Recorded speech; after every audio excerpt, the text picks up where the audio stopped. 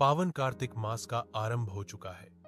यह महीना भगवान विष्णु और भगवान शिव दोनों का प्रिय मास माना गया है।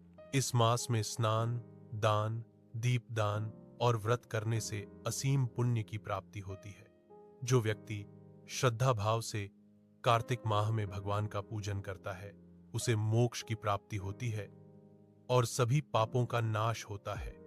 आइए सुनते हैं कार्तिक मास की पावन कथा। दूसरा अध्याय।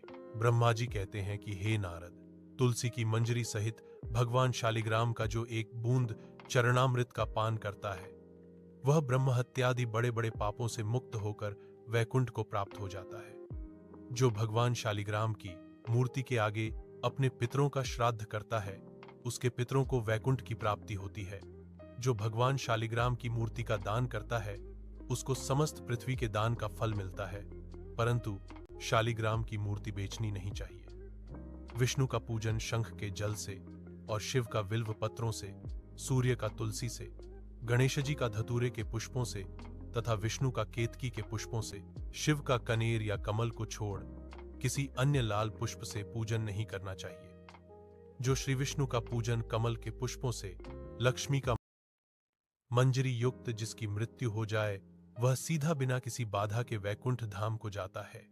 तुलसी की छाया में पितरों का श्राद्ध करने से पितरों की अक्षय तृप्ति होती है। तुलसी का सिंचन गंगा, यमुना तथा नर्मदा के स्नान के तुल्य हो जाता है। तुलसी का वृक्ष लगाने, सींचने और स्पर्श करने से मनुष्य के काया, वाचा और मनसा तीनों प्रकार के पाप नाश हो जाते हैं।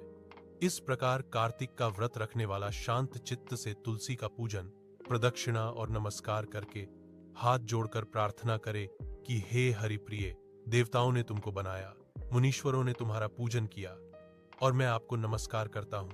इस प्रकार प्रार्थना करे। जो मनुष्य आंवले के पत्ते और फूलों से भगवान का पूजन करता है तथा आंवले के वृक्ष के नीचे बैठकर भगवान का पूजन करता है, उसको सोने के फल और पुष्पों जैसा फल प्राप्त होता है।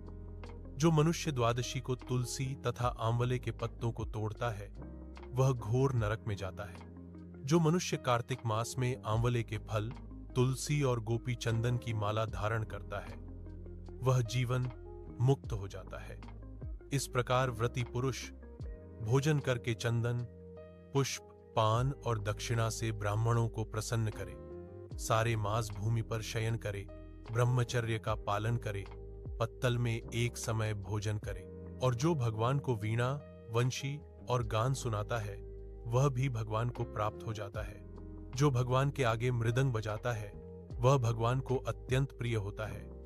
जो भगवान के आगे धूप जलाता है, वह कभी नरकगामी नहीं होता। पूजन चाहे मंत्र से हीन हो, चाहे क्रिया से हीन हो, परंतु जो श्रद्धा से किया गया हो, वही पूर्ण होता है। जो श्रद्धा और प्रेम से इस कथा को सुनता है, वह जीवन के समस्त दुखों से मुक्त होकर भगवान श्रीहरि के धाम में स्थान पाता है।